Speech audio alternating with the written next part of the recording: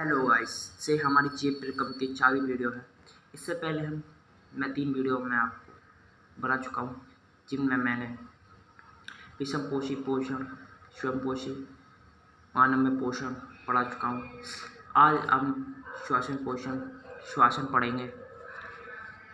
आपने वह वीडियो नहीं देखी हो तो आप देख लेना, मैं डिस्क्रिप्शन बॉक्स में उनकी लिंक डाल दूँगा। अब हम पढ़ेंगे श्वासन।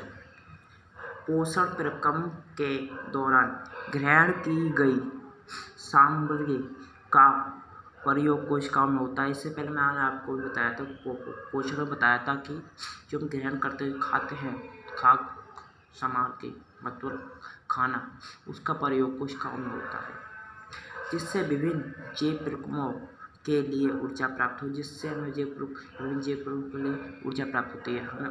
हम ऊर्जा के बिना काम नहीं कर सकते। जैसे ऊर्जा उत्पादन के लिए कोशिका भोजन में विखंडन को कोशिकीय श्वसन कहते हैं।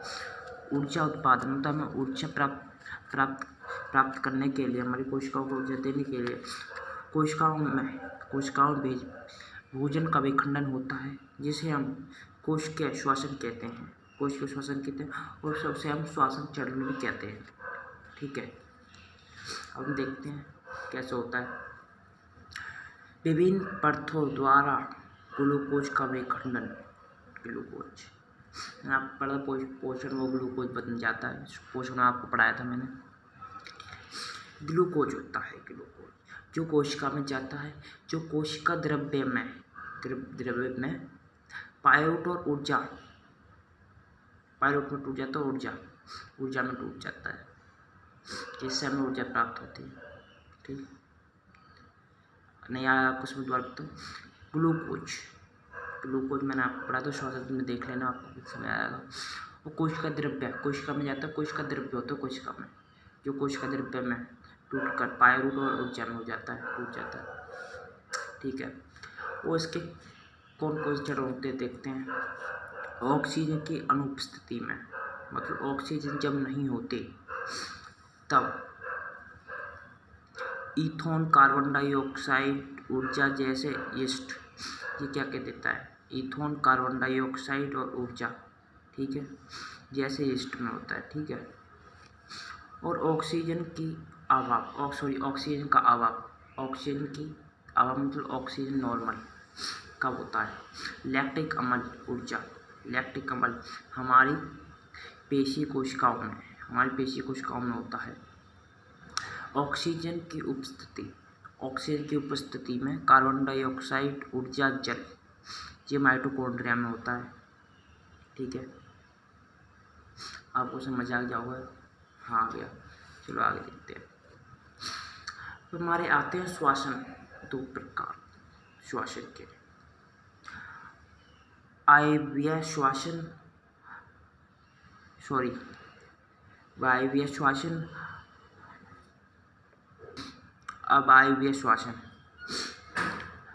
वायवीय श्वसन देखते हैं पहले हम। ऑक्सीजन की उपस्थिति में ठीक है, ऑक्सीजन की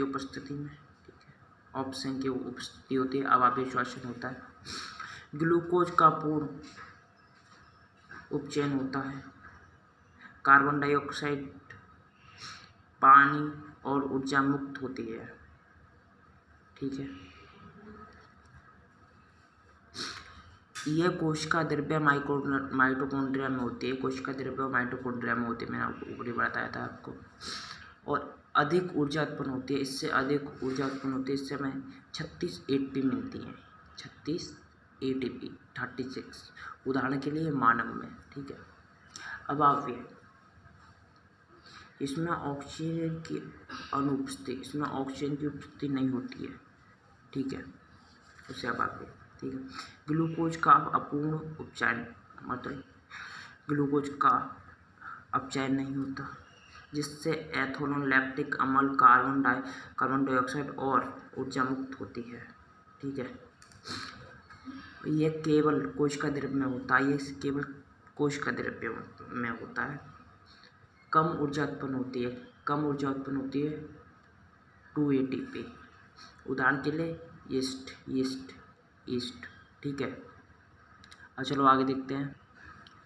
हमने श्वसन चरण देख लिया, ग्लूकोज का जैसे ग्लूकोज का विखंडन देख लिया। अब हम देखेंगे मानव श्वसन तंत्र, मानव सांस कैसे लेते हैं छोड़ते हैं। ठीक है, उससे पहले मैं आपको चित्र दिखाना चाहता हूँ, चित्र में समझाऊंगा, नहीं पहले आपको ऐसे समझाऊँ, उसका चित्र मैं समझाऊंगा। नासा, नासा द्वार, नासा द्वार आप लोग कहते हैं कि हम नास से सांस लेते हैं, हम लोग नास से सांस लेते हैं। नाक हमारा सांस लेने का एक रास्ता है, सांस लेने का रास्ता है। हम सांस अपने फेफड़ों से लेते हैं, ठीक है, हम सांस अपने फेफड़ों से लेते हैं।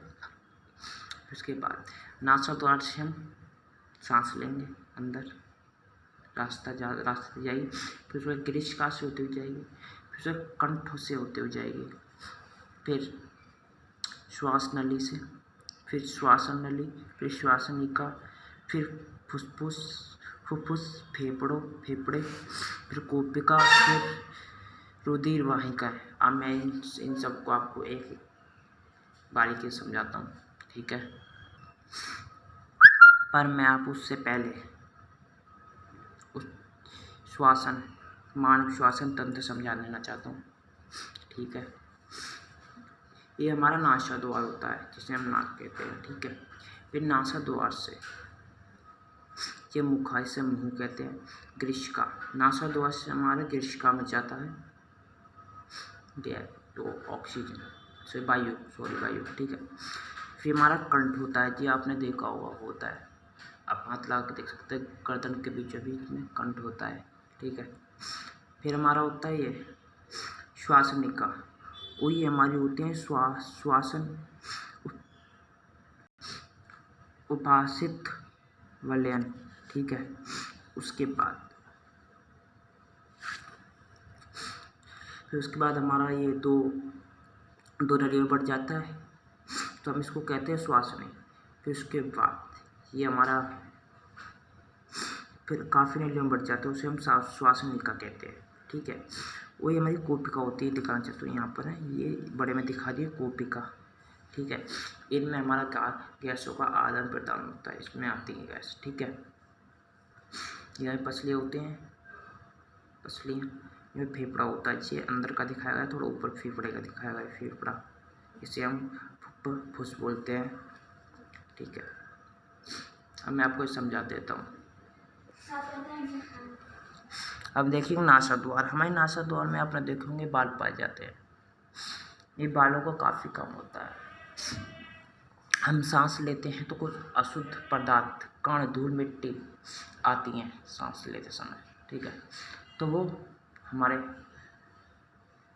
बालों में अटक जाते हैं, फिर बाल हमारे इस्लेमा पाया जाता है, इस्लेमा, इस नासाद्वार में इस्लेमा भी पाया जाता है। इस्लेमा एक पदार्थ होता है, ठीक है, जिसमें धूल मिट्टी चिपक जाती हैं, जिससे हमारे वायु हमारे फेफड़ों में न जा सके। ठीक है, जी आपने कभी इस्लेमा देखा होगा, जब धूल मिट्टी होगी तो आपने कभी उंगली से इसमें निकाला होगा, हाथों से मिट्टी सा, वो इस्लेमा होता है। ठीक है, गंदा होता है वो देखने में। श्वासनी तो आप कहते हैं सांस लेने के लिए होता है, तो श्वासनी, इसमें कोई ज़्यादा वो नहीं होता। फिर कंठ पाया जाता है, फिर कंठ होता है। फिर उसके बाद हमारा होता है श्वास नली, श्वास से हम उसे सांस लेते हैं, श्वास नली, और श्वास नली में हमारा वो भी होता है उपसातित वलयन, मैंने आपको बताया था। उसका काम क्या होता है? उसका काम होता है कि श्वास नली मुड़ ना जाए और वायु का रास्ता रुक ना जाए, इसलिए श्वास नली को सहारा देने के लिए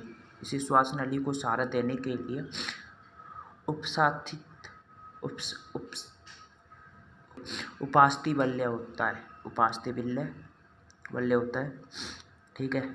उपास्थि बल्ले श्वास नली को मोड़ना जाए। फिर उसके बाद हम आता है श्वासनिका, जो 2 भागों में टूट जाता है, आपको मैं बताया था। श्वासनिका, श्वासनिका के बाद उसमें कोई ज़्यादा नहीं, श्वासनिका। फिर आता है फेफड़े। फेफड़े में तो फेफड़े में हमारे क्या पाए जाते हैं? कूपिका। अब कूपिका में कैसे गैसों का आधा प्रदान होता है मैं बताता हूँ। फुसफुस के अंदर कूपिका कोश में, फुसफुस होती है फेफड़ा, उसके अंदर कूपिका कोश में गैसों का विनिमय आदान प्रदान होता है, ठीक है। कूपिका कोश में रक्त वाहिका मतलब नसें होती हैं कूपिका कोश में, जिनके द्वारा गैसों का आदान प्रदान होता है। शरीर के अंदर गैसों का आदान प्रदान होता है, ठीक है। ठीक है, आपको समझ आ गया होगा। फिर मैं एक बार इसको चित्ता से समझाता हूँ एक बार और, ठीक है। देखो चित्ता समझते हैं। आपको मैं नासा द्वार बताया था, नासा द्वार में बाल पाए जाते हैं और सिनेमा पाया जाता है, ठीक है। फिर उसके बाद गैस हमारी ग्रीष्मनी द्वारा श्वास नली में आती है। श्वास नली में उपस्थित बल्ले होते हैं जो गैस जो वो श्वास नली में उड़ना चाहे उसे सहारा देने के लिए श्वासन का रास्ता रुक ना जाए, ठीक है।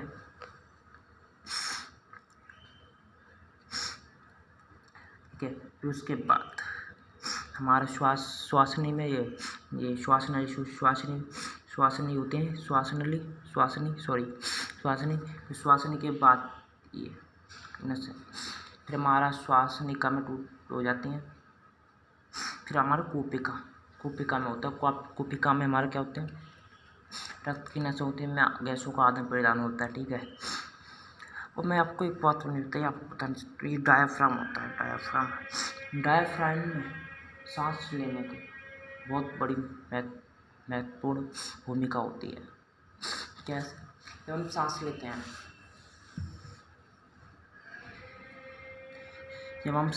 डायाफ्राम ऊपर आ जाता है, हम छोड़ते तो नीचे आता है।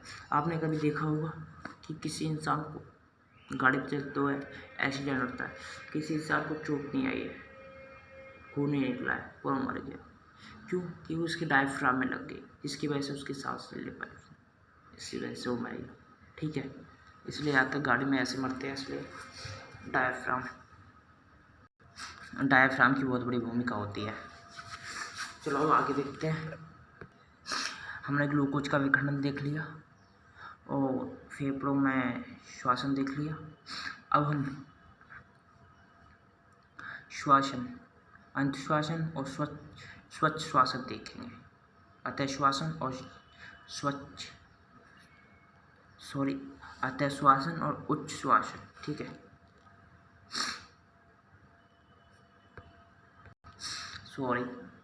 थोड़ा मेरा दिमाग कहीं था।